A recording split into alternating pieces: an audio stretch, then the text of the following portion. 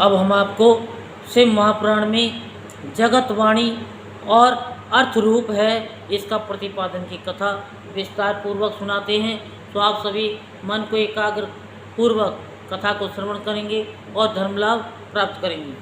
वायु देवता कहते हैं, महर्षियों, अब यह बता रहा हूँ कि जगत की भागार्थात्मकता की सिद्धि कैसे की गई है।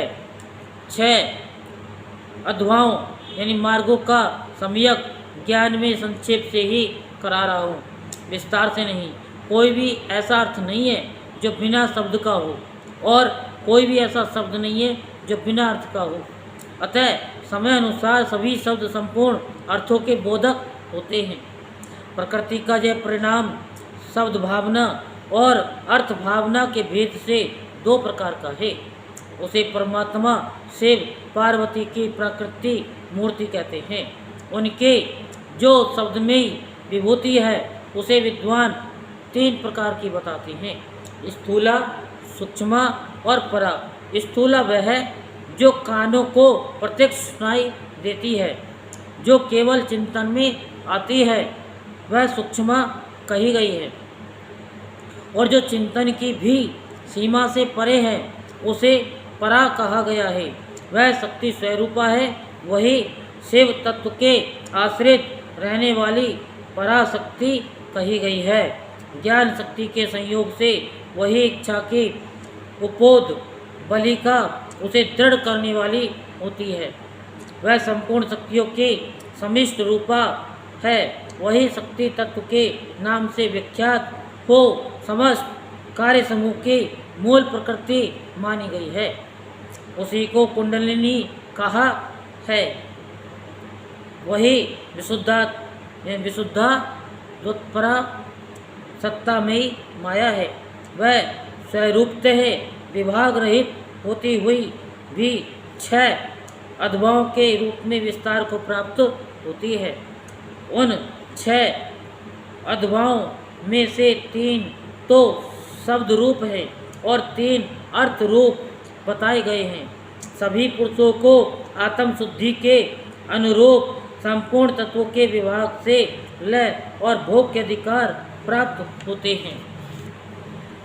वे संपूर्ण तत्व कलाओं द्वारा यथा योग्य व्याप्त है।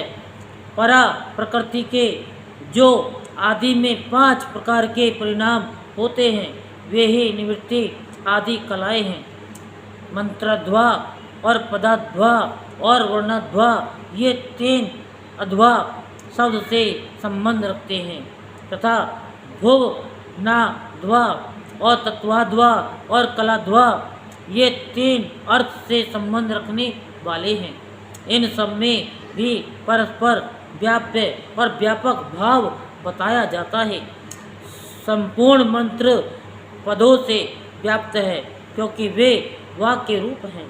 संपूर्ण पद भी वर्णों से व्याप्त है क्योंकि विद्वान पुरुष वर्णों के समूह को ही पद कहते हैं। वे वर्ण भी भुवनों से व्याप्त हैं क्योंकि उन्हीं में उनकी उपलब्धि होती है।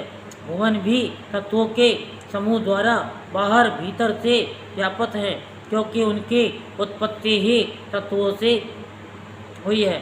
उन कारणभूत तत्वों से ही उनका आरंभ हुआ है।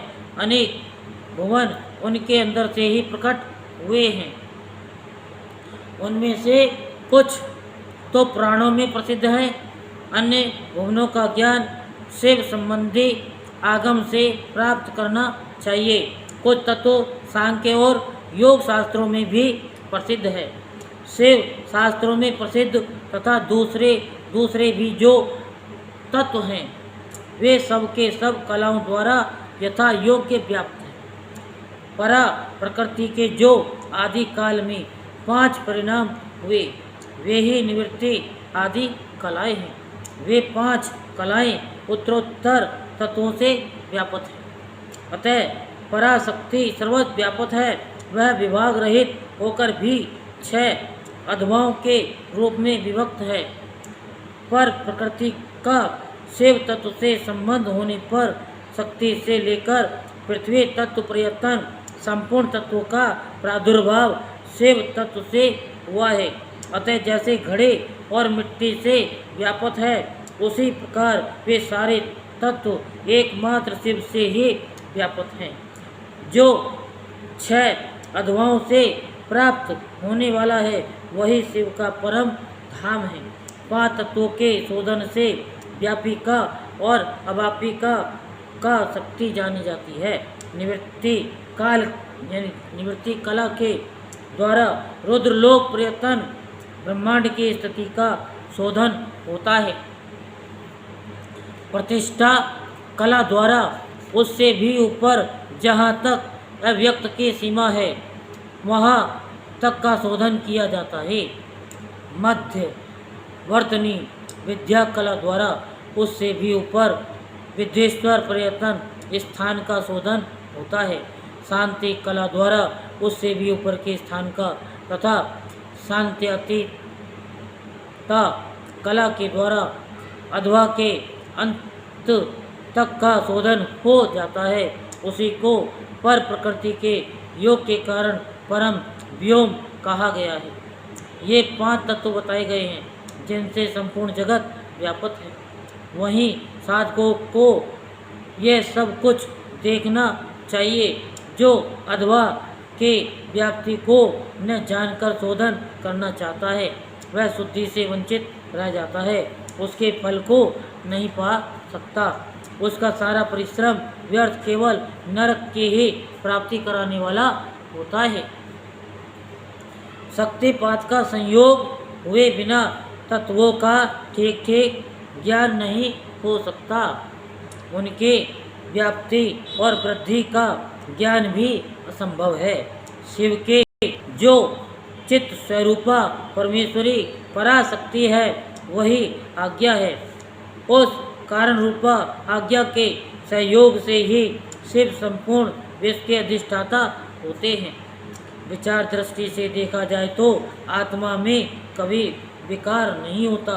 यह विकार की प्रतीति माया मात्र है, न तो बंधन है और न उस बंधन से छुटकारा दिलाने वाली कोई मुक्ति है। शिव के जो व्यभिचारिणी पराशक्ति है वही संपूर्ण ईश्वरी की पराकाष्ठा है। वह उन्हीं के समान धर्म वाली है और विशेषतः उनके उन विलक्षण भावों से युक्त है।